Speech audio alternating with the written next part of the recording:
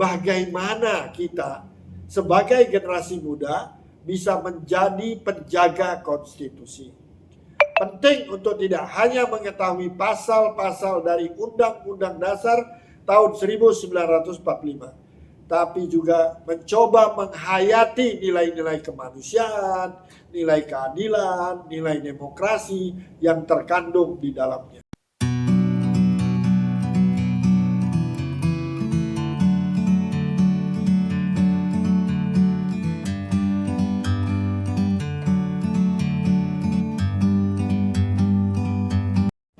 Assalamualaikum warahmatullahi wabarakatuh. Teriring doa kepada para mahasiswa, semoga senantiasa diberikan kesehatan, dilimpahkan rezeki, dan diberi semangat untuk menyelesaikan seluruh rangkaian perkuliahan di semester ini. Jumpa kembali dengan saya, Vera Budiarsa Arif, pada video pembelajaran pendidikan kewarganegaraan.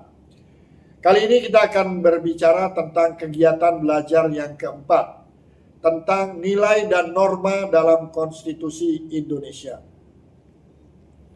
Pada kegiatan belajar 4 ini, para mahasiswa akan membahas tentang nilai dan norma dalam Konstitusi Indonesia.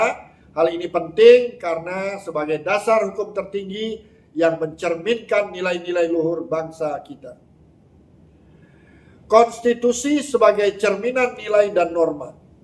Konstitusi Indonesia Undang-Undang Dasar 1945 bukan hanya dokumen hukum, tapi juga memuat nilai dan norma yang menjadi dasar hidup berbangsa dan bernegara.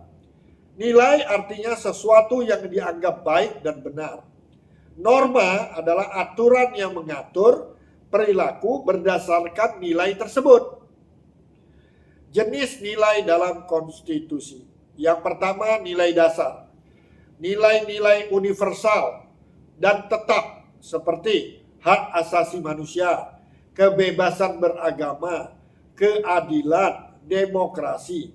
Yang kedua, nilai instrumental, penjabaran teknis dari nilai dasar ke dalam peraturan seperti undang-undang dan kebijakan. Yang ketiga, nilai praktis, pelaksanaan dalam kehidupan sehari-hari warga negara dan penyelenggaraan negara. Konstitusi dan sistem hukum. Yang pertama, Undang-Undang Dasar tahun 1945 sebagai hukum dasar tertulis. Lalu yang kedua, semua peraturan perundang-undangan harus sejalan dengan Undang-Undang Dasar tahun 1945. Yang ketiga, konstitusi menjamin hak warga negara dan membatasi kekuasaan negara. Pentingnya menjaga konstitusi karena konstitusi adalah kesepakatan dasar yang menyatukan seluruh elemen bangsa. Jika nilai-nilai dalam konstitusi diabaikan, maka yang terjadi adalah kesewenang-wenangan